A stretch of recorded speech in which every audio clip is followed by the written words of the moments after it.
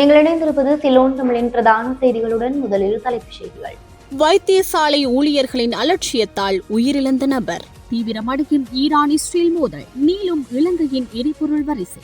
சபாநாயகருக்கு எதிராக சர்வதேச நாடாளுமன்ற சங்கத்தில் முறைப்பாடு செய்ய தீர்மானம். ஈரானிய உயர் தலைவர் சரணடையுமாறு ட்ரம்ப் வலியுறுத்தல். வல்லரசியை கதிகலங்க வைக்கும் போர் யுக்தி. உலகின் முதலாவது நாடாக ஈரான் படைத்துள்ள சாதனை. இனி விரிவான செய்திகள். கொழும்பின் புறநகர் பகுதியான கோமாகம ஆதார மருத்துவமனைக்கு விரலில் ஏற்பட்ட காயத்துக்கு சிகிச்சை பெற சென்ற நோயாளியொருவர் மருத்துவமனை ஊழியர்களின் அலட்சியத்தினால் உயிரிழந்ததாக முறைப்பாடு பதிவு செய்யப்பட்டுள்ளது. கிடைத்த முறைப்பாட்டின் அடிப்படையில் விசாரணைகளை தொடங்கியுள்ளதாக மேகுட போலீசார் தெரிவித்துள்ளனர். உயிரிழந்தவர் பானகுட போதிய சாலை பழையகுட முகவரியில் வசிக்கும் 53 வயதுடைய 2 பிள்ளைகளின் தந்தையான ஜெயஸ்ரீ பெரேரா என அடையாளம் காணப்பட்டுள்ளார். வீட்டில் வேலை செய்து கொண்டிருந்த போது கால்விரலில் பாதிப்பு ஏற்பட்ட நிலையில் தலங்கம மருத்துவமனைக்கு கொண்டு செல்லப்பட்டது. கொழும்பு தேசிய மருத்துவமனைக்கு அவரை அழைத்து செல்லுமாறு தலங்கம மருத்துவமனை தெரிவித்தது. அங்கு அனுமதிக்கப்படலாம் என்று கூறப்பட்டது. பின்னர் அவர் ஒரு தனியார் மருத்துவமனைக்கு அழைத்து செல்லப்பட்டார். அங்கு அனுமதிக்கப்படாததால் சிகிச்சைக்காக அதே நாளில் ஓமாகம மருத்துவமனையில் அனுமதிக்கப்பட்டார். அந்த நபர் 16ஆம் திகதி உயிரிழந்துள்ளார். ஆனால் இன்று வரை உடலை உறவினர்களிடம் ஒப்படைக்க எந்த நடவடிக்கையும் எடுக்கப்படவில்லை என உறவினர்கள் குற்றம் சுமத்தியுள்ளனர். அதற்கமைய ஓமாகம ஆதார மருத்துவமனையில் சிகிச்சை பெற்று வந்த நிலையில் அந்த நபர் உயிரிழந்துவிட்டார். மருத்துவமனை ஊழியர்களின் தவறு காரணமாக இந்த மரணம் நிகழ்ந்துள்ளதாகவும் இது தொடர்பாக விசாரணை நடத்தப்பட்டதாகவும் முறைப்பாட்டில் பதிவு செய்யப்பட்டுள்ளதாக மேகுட போலீஸ் நிலையத்தின் மூத்த அதிகாரி ஒருவர் தெரிவித்தார். ஈரான் இஸ்ரேல் மோதல் நிலை உலகளாவிய ரீதியில் எரிபொருளின் விலையில் தாக்கம் செலுத்தி வரும் நிலையில் இலங்கையிலும் எரிபொருள் பற்றாக்குறை மற்றும் விலை அதிகரிப்பு ஏற்படலாம் என்று மக்கள் மத்தியில் அச்சம் நிலவுகின்றது. இதன் காரணமாக அதிகளவான மக்கள் எரிபொருள் நிரப்பு நிலையங்களுக்கு படையெடுப்பதுடன் அதிகளவான எரிபொருளை கொள்வனவு செய்து வைத்துக் கொள்வதில் ஆர்வம் காட்டுகின்றனர். இந்த நிலையில் நேற்றைய தினம் அம்பாறை மாவட்டத்தில் எரிபொருள் நிரப்பு நிலையங்களில் அதிகளவான மக்கள் வரிசையில் காத்திருந்ததாக செய்தியாளர் குறிப்பிட்டார். அம்பாறை மாவட்டத்தின் கல்முனை, நட்பிட்டிமுனை, மருதமுனை, பெரிய நீலாவணை, சாய்ந்தமருது, காரைத்தீவு, சம்மாந்துறை, நீந்தவூர், அட்டாளைச்சேனி, அக்கரைப்பற்று உள்ளிட்ட பகுதிகளில் இவ்வாறான நிலைமை ஏற்பட்டதை அடுத்து எரிபொருள் தட்டுப்பாடு குறித்து மாவட்ட அரசாங்க அதிபர் மக்களிடம் கேட்டுக் கொண்டுள்ளார்.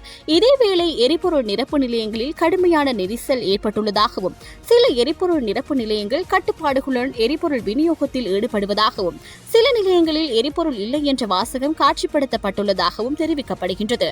இதேவேளை எரிபொருள் பற்றாக்குறை குறித்து போலி மற்றும் தவறான செய்திகளால் பொதுமக்கள் அச்சமடைய வேண்டாம் என எரிசக்தி அமைச்சு வலியுறுத்துகின்றமை குறிப்பிடத்தக்கது. சபாநாயகருக்கு எதிராக சர்வதேச நாடாளுமன்ற சங்கத்தில் முறைப்பாடு ஒன்றை மேற்கொள்ள ஐக்கிய மக்கள் சக்தி தலைமையிலான எதிர்க்கட்சி தீர்மானித்துள்ளது. நேற்றைய தினம் இடம்பெற்ற நாடாளுமன்ற அமர்வின் போது ஈரான் இஸ்ரேல் மோதல் குறித்து கருத்து வெளியிடுவதற்கு எதிர்க்கட்சி நாடாளுமன்ற உறுப்பினர்களுக்கு சபாநாயகர் ஜகத் விக்ரமரத்ன இடமளித்திருக்கவில்லை.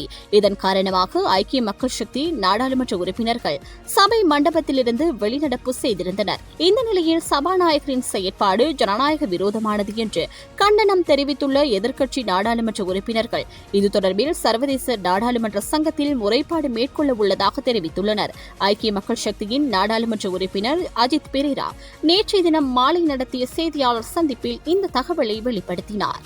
ஈரானின் உயர் தலைவர் அயதுல்லா அலி கமேனி எங்கு மறைந்திருக்கிறார் என்பது அமெரிக்காவுக்கு தெரியும்.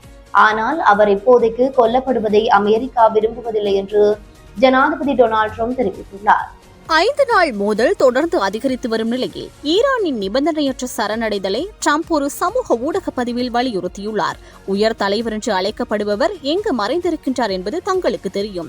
அவர் ஒரு எளிதான இலக்கு. அவர் அங்கு பாதுகாப்பாக இருக்கின்றார். இப்போதைக்கு அவரை கொல்லப்போவதில்லை. எனினும் பொதுமக்கள் அல்லது அமெரிக்க வீரர்கள் மீது ஏவுகணைகளை வீசப்படுவதை நாம் விரும்பவில்லை.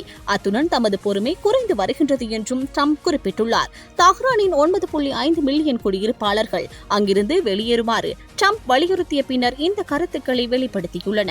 கெமனி பற்றிய கருத்துக்களும் சரணடைய அழைப்புகளும் ட்ரம்ப் தஹ்ரான் வான்வெளியை முழுமையாக கட்டுப்படுத்துவதாக கூறிய சிறிய நேரத்திலேயே வெளியாகியுள்ளன.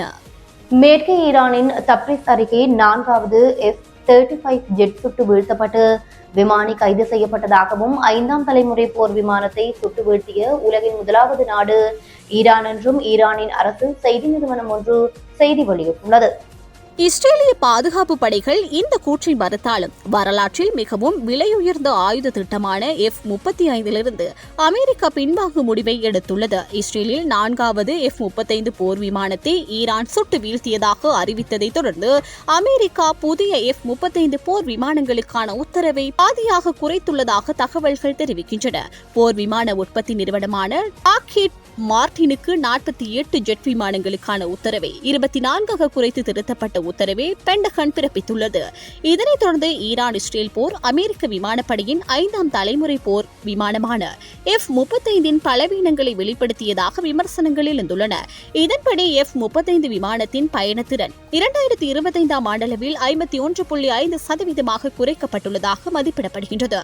பாகங்களை பெறுவதில் உள்ள சிரமம், சிக்கலான பராமரிப்பு மற்றும் அதிக விலை ஆகியவை இந்த விமானத்தின் முக்கிய குறைபாடுகளாக கூறப்படுகின்றன.